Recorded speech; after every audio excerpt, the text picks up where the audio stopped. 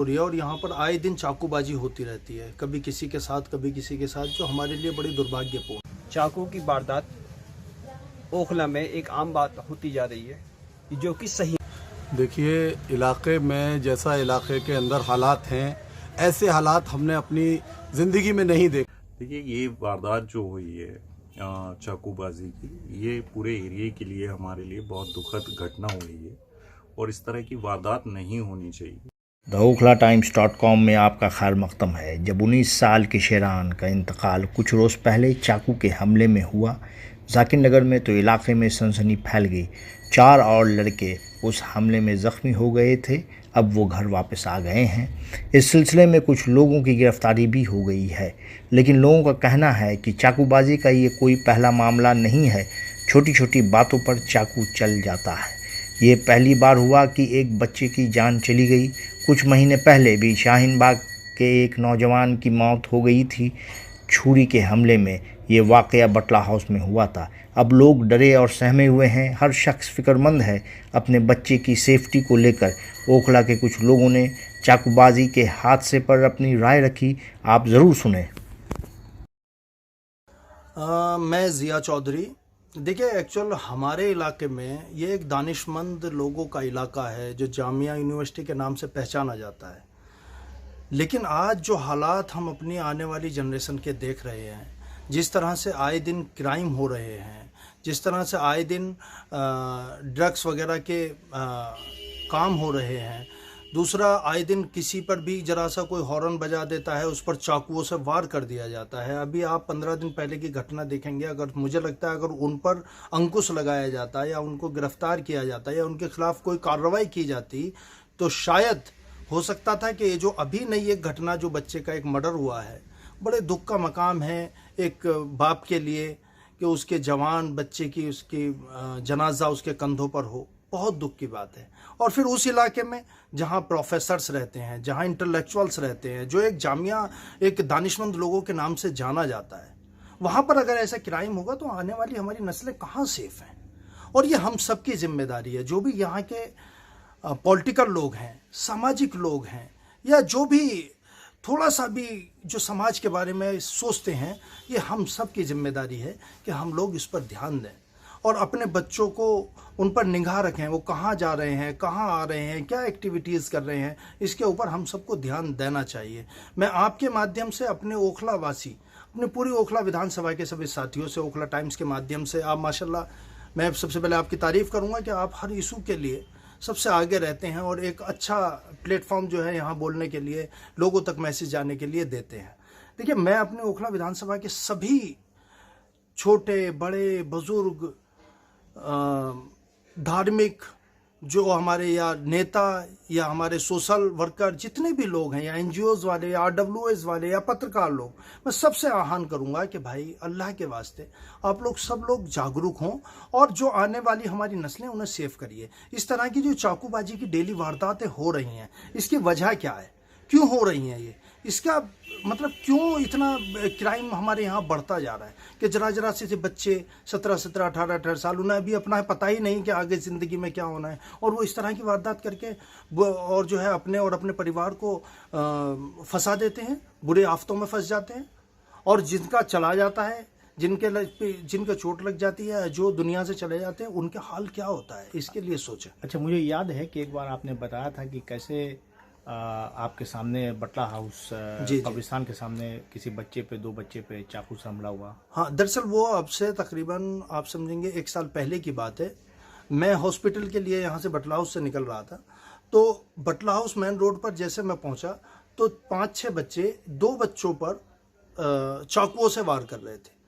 तो वहाँ 50 की भीड़ थी। एक तो सबसे बड़ी बेगैरती की बात यह है कि आदमी होने के बाद और किसी को बचाता नहीं और बल्कि वीडियो बनाने लगते हैं। ये बहुत ही बेगैरती की बात है और हमारे लिए, ईमान वालों के लिए तो खासतौर से बेगैरती की बात है, क्योंकि अल्लाह के रसूल ने बताया कि अगर कहीं बुराई हो रही है तो आप उसमें ताकत है तो हाथ से रोकिए, नहीं है तो जबान से रोकिए, और अगर जबान में भी आपकी ताकत नहीं बची तो कम से कम उसे दिल से तो बुरा मानिए। ये सबसे बड़ी बुराई हमारे समाज में आई है कि रोकने को कोई तैयार नहीं होता। मैं जब बटला हाउस मेन रोड पर पहुंचा तो 5-6 बच्चे 2 बच्चों को बुरी तरह पीट रहे हैं। मैं उन्हें जानता भी नहीं था, मैं अचानक एकदम। उसकी वजह क्या थी, क्यों पीट रहे थे? हाँ, वो दरअसल मैंने जब मुझे पहुंचा तो जब तो मुझे वजह का तो मालूम नहीं था। मैं तो गया, देखा तो 5-6 बच्चे मार रहे हैं और बाकायदा चाकुओं से उस पर वार किए जा रहे हैं। तो मैं एकदम घुसा और मैंने उनको इधर उधर भगाया कि वे कैसे मार रहे हो, क्यों। तो उनको पकड़ा दोनों को, तो उन्हें लगा शायद कोई इनका आ गया है, तो वो 5-6 वहाँ से भागे। मैं उनके चाकू उनके पीठ में लगे, मैंने हाथ से, मेरे सारे कपड़े भी खराब हो गए थे, मैंने उनके हाथ लगाया और उन बच्चों को डॉक्टर के पास लेके गया। जब मैंने बाद में उसकी तहकीकात की और मालूम किया कि इसमें मैटर क्या है, तो वो बच्चे जामिया से कोई फॉर्म भर करके आ रहे थे। बिहार के, एक बिहार का बच्चा था और एक शायद बुलंदशहर का या कहीं का था, मैं नहीं जानता था। लेकिन बाद में मुझे मालूम पड़ा कि वो एक बच्चा जो बिहार का था वो हमारे एक मिलने वाले थे, उनका बच्चा निकल आया जिसके पीठ में चाकू लगे थे। वो बचा है किसी तरह, उसके लंग्स तक चाकू पहुंच गया था, लेकिन अल्लाह ने उसको जान बचानी थी, वो बच गया। झगड़ा इतना सा कि वो लोग उधर से आ रहे हैं और ये जो चाकू मारने वाले जो बच्चे थे ये अपनी बाइक से उधर को जा रहे हैं, रॉन्ग साइड से, वो उधर से आ रहे हैं, तो उनसे टकरा जाते हैं। तो बच्चे कहते भाई अपनी साइड से आप चलो, तो बोले अच्छा तू हमें साइड सिखाएगा। इस तरह की, मतलब एक बिल्कुल गैर जिम्मेदाराना, जैसे एक वाहियात कौम बच्चे होते हैं, उस तरह की नस्लें किस तरह के बन रहे हैं समझ नहीं आता। तो उसके ऊपर वो लोग बोले अच्छा तो रुक, वो बेचारे रुके नहीं, वो दोनों चलते रहे। तो पीछे से 5-6 लड़के आते हैं और बस उनको पीटना शुरू कर देते हैं। वहाँ 50 आदमी, लेकिन कोई आदमी उसमें उनका मतलब बचाने को तैयार नहीं था, जबकि बचा सकते थे। और शायद अगर मैं ना पहुंचता तो आज वो बच्चे भी शायद दुनिया में ना होते, और वो 5-6 भी बच्चे बर्बाद हो चुके होते, उनकी फैमिली बर्बाद हो चुकी होती, माँ बाप उनके किस तरह से बर्बाद हो चुके होते। तो ये सब जो माहौल हमारे इलाके का बना है, इस पर हम सबको आगे आकर के पहल करनी चाहिए। और जो भी इस तरह के लोग हैं जो इस तरह की चाकूबाजी करवा रहे हैं या शरण दे रहे हैं या जो इसकी पुष्टपनाही कर रहे हैं, उन लोगों के खिलाफ भी कानूनी कार्रवाई होनी चाहिए, मेरा ये मानना है। अस्सलाम वालेकुम। मैं ओखला की आवाम से कहना चाहूँगा कि आजकल देखने में आ रहा है कि छोटे बच्चे चाकू लेकर नशे की हालत में एक दूसरे से आपस में लड़ाई लड़ रहे हैं और साथ में जो है लड़ाई के साथ साथ एक दूसरे को चाकू मार रहे हैं या डंडे लेकर अपने वो डंडे का यूज़ कर रहे हैं। प्लीज़ ओखला की आवाम से और ओखला के जो पेरेंट्स हैं उनसे चाहूँगा कि वो इस चीज़ का ध्यान रखें, अपने बच्चों पर प्रॉपर तरीके से ध्यान रखें कि बच्चों पर जो नशा कर रहे हैं उन बच्चों पर ध्यान रखें। और पेरेंट्स से यही चाहूँगा कि वो अपने बच्चों की केयर करें, क्योंकि अल्लाह ने इंसान को पहले खुद को सुधारने के लिए हुक्म दिया है, बाद में आवाम के लिए दिया है। तो प्लीज़ अपने बच्चों का ख्याल रखें, अपना खुद का ख्याल रखें। देखिए, जो हालात हमें देखने को मिल रहे हैं, ये हालात हमने अपने ज़िंदगी में नहीं देखे, ठीक है ना। और जब से ये वारदात हुई है, जब से ये समझ लिए हम लोग खुद डर गए हैं, और इतने डर गए हैं कि हम अपने बच्चों को लेके रोज मीटिंग कर रहे हैं इस बात की कि भाई आप ऑफिस जाइए। और ऑफिस, जो कि बच्चे मैच्योर हैं, लेकिन फिर भी हम अपने बच्चों को लेके बैठ रहे हैं और अपने बच्चों से मीटिंग कर रहे हैं कि भाई आप अपने ऑफिस जाइए, सीधे आइए, कहीं भी फालतू बैठने की जरूरत नहीं है। क्यों? कि हालात ठीक नहीं है, क्योंकि नशागर्दी इतनी हो चुकी है इस इलाके के अंदर हमारे, पता नहीं खुदा जाने क्या वजह है, क्या बात नहीं। मैं तो सीधा पेरेंट्स के लिए ही क्या नाम है इस बात का क्या नाम है वो गुनहगार बताऊंगा कि पेरेंट्स ही इस बात के क्या नाम है वो हैं क्या नाम है गुनहगार कि जो अपने बच्चों को नहीं देख रहे हैं। हमें अपने बच्चों के ऊपर बहुत निगाह रखने की ज़रूरत है, अपने बच्चों को देखने की ज़रूरत है और अपनी फैमिलियों को वक्त बे वक्त जो है वो निकालने की ज़रूरत नहीं है, क्योंकि हालात इलाके के दर पे दर जो हैं वो बिगड़ते चले जा रहे हैं। तो मैं सभी लोगों से इस बात की गुजारिश करूंगा और ये कहूंगा कि आप अपने अपने घरों को, अपने अपने घर के बच्चों को पे निगाह रखें, आप अपने बच्चों पे ध्यान रखिए, देखिए बच्चों को, तभी काम चलेगा। नहीं तो हम प्रशासन पे या किसी पे इल्ज़ाम दें या वो देने की अभी ज़रूरत नहीं है। पहले हमें अपने घर को देखने की ज़रूरत है। अगर हम घर को संभालेंगे तभी ये समाज सुधर पाएगा, इससे पहले नहीं सुधर पाएगा, समझे। तो मैं यही आप सब लोगों से गुजारिश करूंगा और हाथ जोड़ के ये कहूंगा कि भाई आप अपने अपने घरों को और अपने अपने बच्चों पे निगाह रखें। बहुत ज़रूरत है निगाह रखने की। इस वक्त इतनी ज़रूरत है कि आप बता नहीं सकते, आए दिन सुनने को डेली मिल रहा है। आप जाके हॉस्पिटलों में देखिए क्या हालात हैं, हमें लोगों को पता भी नहीं चलता और हालात ऐसे पेचीदा होते चले जा रहे हैं कि हम लोग कानों पे हाथ रख रहे हैं। तो मैं आप लोगों से यही कहूंगा कि आप लोग थोड़ा सा ध्यान रखें, पहले अपने आप को संभालें, उसके बाद फिर हम दूसरे के ऊपर उंगली उठाएंगे। ये इस तरह के केसेस नहीं होने चाहिए हमारे एरिया के अंदर, और ये केसेस लगातार बढ़ते जा रहे हैं और आए दिन इस तरह की खबरें सुनने को मिलती हैं। आज की डेट में आप 10 पिक पॉकेटर पकड़ लीजिए, 10 चोर पकड़ लीजिए, 10 के 10 आपको नशे में मुब्तला मिलेंगे और कुछ उनके पास से नशे की चीज़ ज़रूर बरामद होगी। ये पुलिस के रिकॉर्ड में भी ये हर जगह है और सबको पता है कि अगर पिक पॉकेटर के पीछे अगर जाते हैं, कोई आपका मोबाइल चोरी कर भागता है, उसके अगर पीछे भागते हैं तो बहुत से लोग मना करते हैं कि आपके ऊपर सर्जिकल ब्लेड से हमला कर देते हैं ये लोग। तो इनको सर्जिकल ब्लेड प्रोवाइड कौन करा रहा है?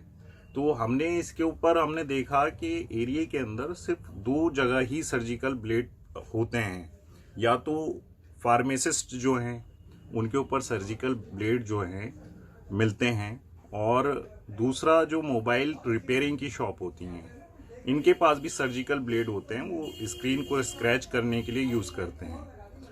तो हम एज ए मार्केट एसोसिएशन इसके अंदर हम ये कदम उठाएंगे, जो फार्मासिस्ट हैं हमारे ग्रुप्स के अंदर जो हैं उनको ऐड करेंगे, और जितने भी फार्मासिस्ट हम ग्रुप में ऐड कर सकते हैं उनको ऐड करेंगे। उनकी एक अलग कमेटी, एक अलग ग्रुप बना देंगे और उनसे हम अपील करेंगे 1 to 1 मिलकर, जहां तक हमसे कोशिश होगी हम कोशिश करेंगे कि सर्जिकल ब्लेड किसी को भी, चाहे कोई 10 रुपए की चीज़ 100 रुपये आपको भी दे रहा हो, आप किसी को भी नहीं बेचें हमारे इस एरिया के अंदर, हमारी मार्केट के अंदर, हमारे जामिया नगर में। और देखिए, नशा तो पूरे एरिया को मुझे तो लग रहा है प्रोवाइड कराया जा रहा है, और इसके अंदर हो सकता है कि आपकी आवाम को नशे में मुब्तला करने की एक साजिश रची जा रही है। आज के टाइम में देखें, टीनेजर बच्चे जो हैं और जितने भी टीनेज बच्चे हैं वो लगभग 20% बच्चे ऐसे हैं जो अगर 10 में से 2 देखें और अच्छे घरों के बच्चे हैं और वो नशा कर रहे हैं और इस नशे को ले रहे हैं। और कॉलेज के बच्चे हैं, स्टूडेंट हैं, अच्छे घरों से बिलोंग करते हैं और वो गलत संगत में बैठते हैं और उसका असर मिलता है। तो माँ बाप को भी चाहिए, पेरेंट्स को भी, कि अपने बच्चों पे नज़र रखें कि किस सोसाइटी में बच्चा बैठ रहा है, उसके दोस्त कौन हैं, कोई दोस्त ऐसा तो नहीं है जो नशा करता है, उनके साथ ना बैठने दें। और इस बात का ख्याल रखें पेरेंट्स भी कि हमारा बच्चा किस सोसाइटी में बैठ रहा है, किन दोस्तों के साथ बैठ रहा है, उसकी संगत कैसी है। तो पेरेंट्सों को भी नज़र रखने की ज़रूरत है। और हमारे जो लीडर्स हैं, जो हमारे एमएलए हैं, काउंसलर्स हैं, इनको भी आगे आना चाहिए और एक मुहिम चलानी चाहिए। ये बात तो ओपन हो गई। देखिए, आज के टाइम में पूरा ओखला बोल रहा है कि नशे के ऊपर हर कोई बात कर रहा है, लेकिन ये आज का इंसिडेंट के बाद से नहीं हुआ, इससे पहले भी नशा हो रहा था और इससे पहले कई सारे इंसिडेंट हो चुके हैं इस तरह के कि लड़के सर्जिकल ब्लेड लेकर घूमते हैं या सर्जिकल ब्लेड जेब में से निकाल लेते हैं। अगर ज़रा सी लड़ाई हो जाए, ज़रा सी गर्माई हो जाए, तुरंत सर्जिकल ब्लेड निकाल लेते हैं और किसी के ऊपर अटैक कर देते हैं या चाकू निकाल लेते हैं। देखिए, हमें तो आज बहुत अफसोस होता है कि हमारे टाइम पे जो है वो 20-25 साल पहले अगर कोई बच्चे लड़ा करते थे, कोई लड़ा करता था या कोई भी बात हो जाती थी तो बचा लिया करते थे। आजकल तो लोग जो हैं वो तमाशाई ज़्यादा बने रहते हैं, वीडियो बनाते रहते हैं, उन्हें और कोई भी काम नहीं होता। और इस बात से जो है वो सिवा उन लोगों को जो ये उल्टे सीधे काम करने वाले होते हैं उनको बढ़ावा मिलता है और वो अपने काम करके चले जाते हैं। हमें ये चाहिए कि कम से कम जो हमारे बड़े हैं उन्हें कम से कम आगे आना चाहिए, और जब वो आगे आएंगे और आगे आन के जब मीटिंगें करेंगे, बात करेंगे, तो ये समाज थोड़ा सा सुधरेगा, तभी हम लोग सुधरेंगे। इससे पहले हमारे ऊपर कभी भी समाज में फ़र्क नहीं आ सकता, बिल्कुल भी। तो बस मैं यही चाहूँगा कि भाई आप लोग जितने भी हमारे जिम्मेदारान हैं वो आगे आइए और अपने बच्चों को और अपने समाज को, अपने पूरे समाज को और अपनी फैमिलियों को साथ में लेके और बात करिए, तभी ये सुधार हो सकता है। नहीं तो भाई ऐसी काम होता रहेगा और इलाका बदनाम होता रहेगा।